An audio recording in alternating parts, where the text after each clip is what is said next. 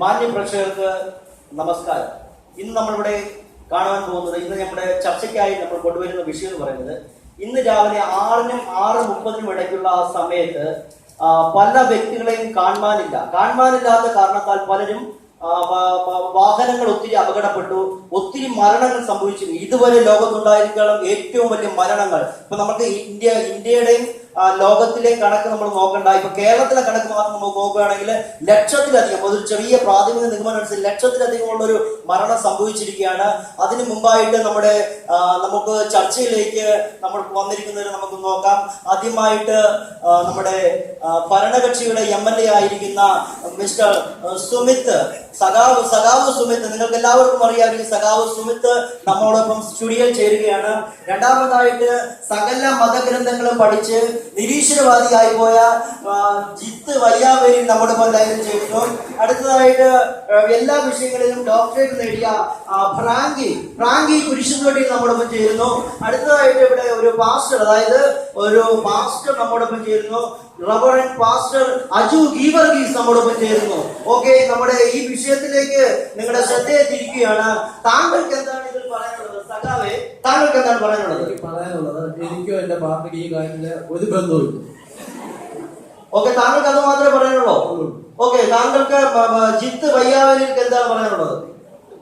എനിക്ക് പറയാനുള്ളത് എന്താന്ന് വെച്ചാൽ, ഞാൻ ഈ രാമായണവും മഹാഭാരതവും പിന്നെ ഈ ഖുറാനൊക്കെ ഞാൻ അരച്ച് കുടിച്ചതാണ്. നല്ല കാര്യം.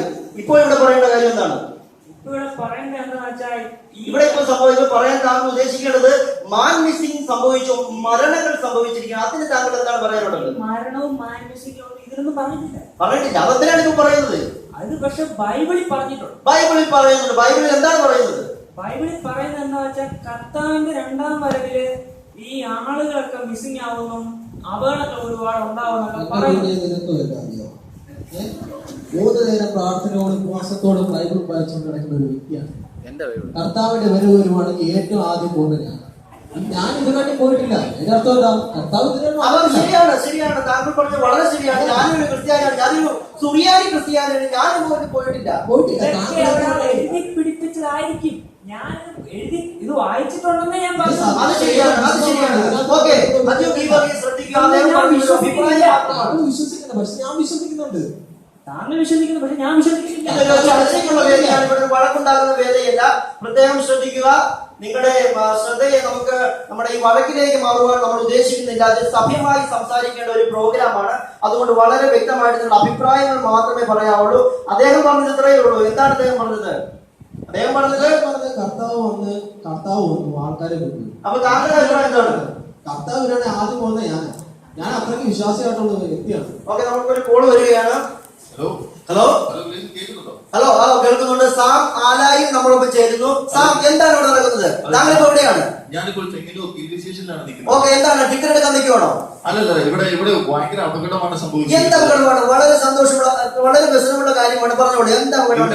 ഇവിടെ തിരുവനന്തപുരം ഭാഗത്തു നിന്ന് ജനശതാബ്ദി എക്സ്പ്രസും തിരുവല്ല ഭാഗത്തു നിന്ന് പരശുരാമൻ തമ്മിൽ കൂട്ടിയിടിച്ച് അപകടമാണ് ഉണ്ടായത്. എത്ര പേര് മരിച്ചു?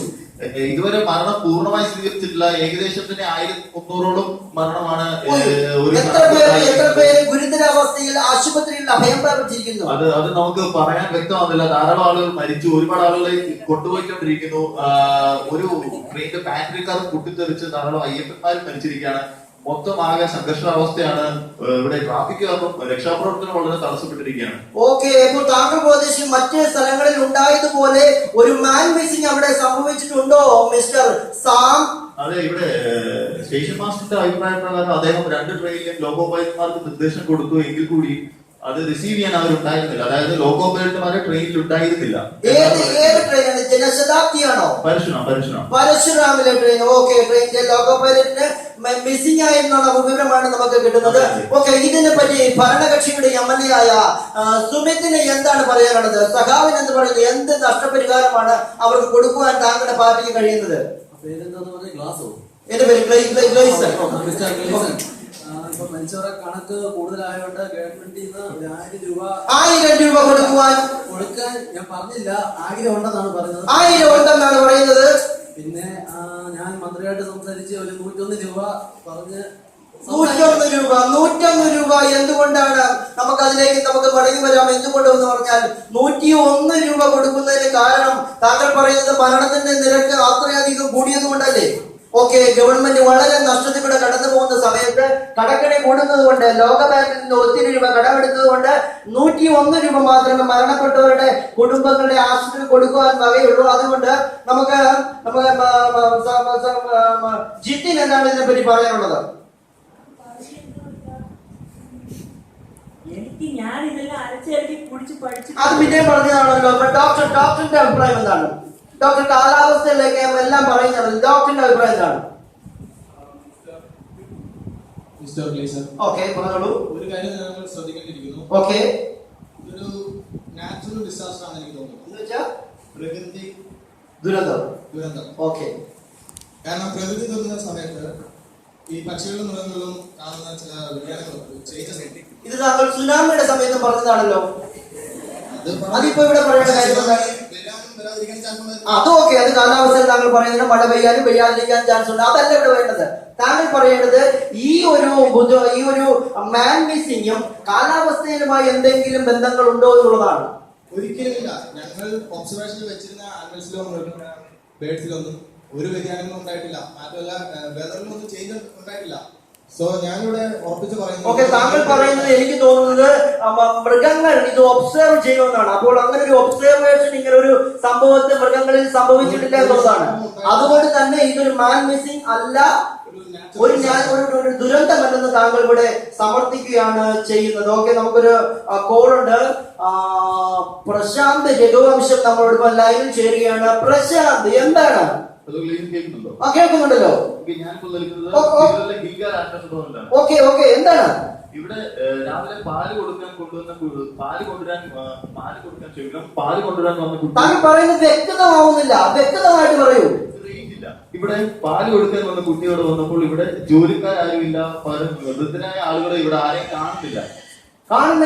എന്താണ് സംഭവിച്ചത്? സെക്യൂരിറ്റി എന്ന് പറയുന്നു. ആശ്വാസഭവനാകെ ശൂന്യമായി കിടക്കാണ്. ഇവിടെ ഗേറ്റ് നോക്കിയിരുന്ന സെക്യൂരിറ്റി പറയുന്നത് അദ്ദേഹത്തിന് ഒന്നും തന്നെ അറിയില്ല, ആരും ഒന്നും അറിഞ്ഞില്ല.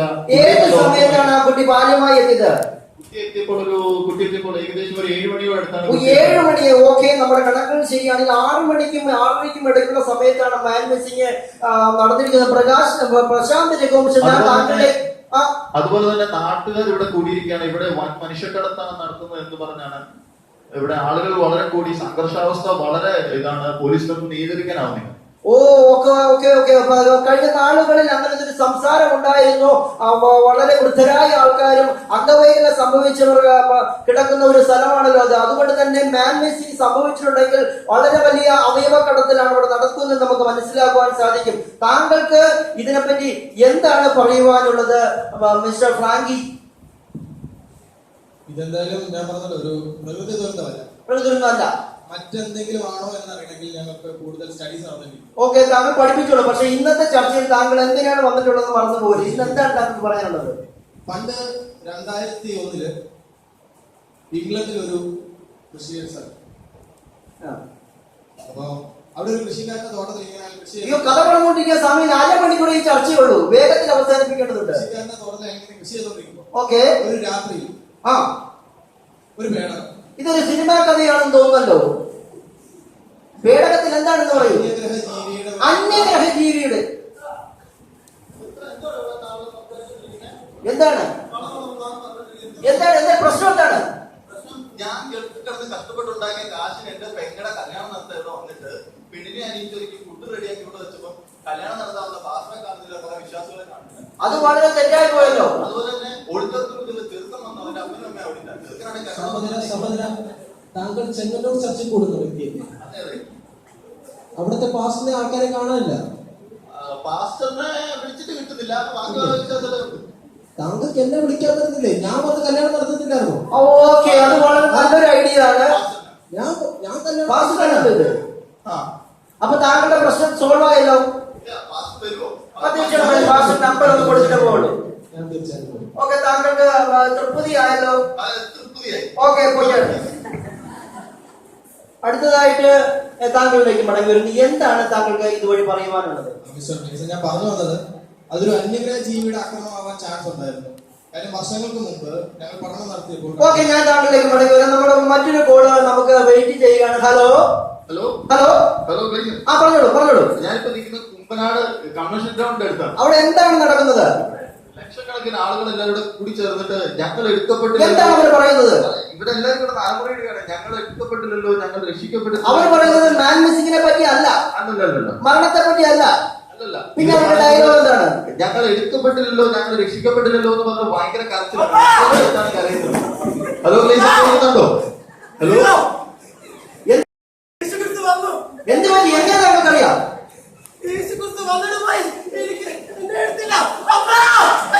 എന്ത് പറ്റി? ഈ ഭ്രാന്തനെ വിളിക്കാൻ പോയത് ഞാൻ അപ്പോഴേ പറഞ്ഞു. ആ സെക്യൂരിറ്റിയാണ് ഇന്നലെ രാവിലെ അങ്ങനെ മിസ്സിങ്ങാണ്. അദ്ദേഹം ബന്ധുക്കോസായിരുന്നു. എന്ത് പറ്റി? ഒരു കോൾ വരുന്നുണ്ട്. ഹലോ, എടി ഞാൻ ഒത്തിരി ബിസിയാ.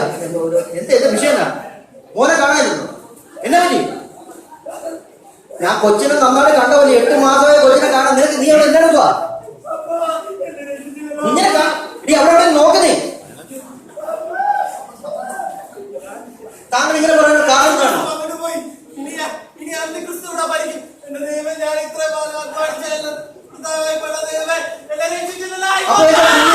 എന്റെ കുഞ്ഞു പോയത് അങ്ങനെയാണെന്നോ താങ്കൾ പറയുന്നത്?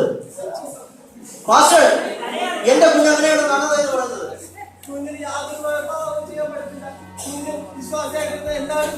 എന്നെ കൊണ്ടുപോയില്ല കർത്താവ്. യേശുവേ, ഒന്നുകൂടെ വന്ന് എന്നെ കൊണ്ടുപോണേ. യേശുവേ, യേശുവേ.